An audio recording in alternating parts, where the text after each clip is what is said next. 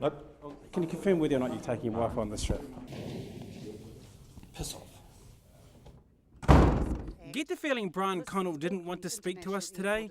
Well, wrong. Seconds after that exchange, he reappeared. So we asked again, is his wife going on the trip?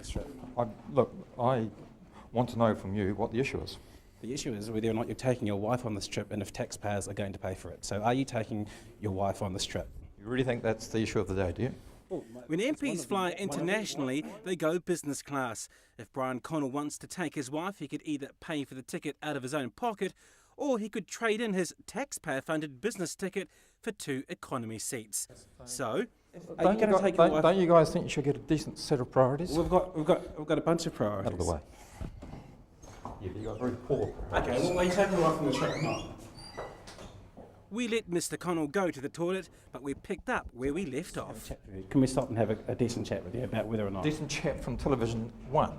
Well, come on. The most biased set of journalists in the country, and the gutter journalists as well. Okay, so, let me just ask this question to you. Don't you guys have a problem with the hypocrisy of what you're trying to run?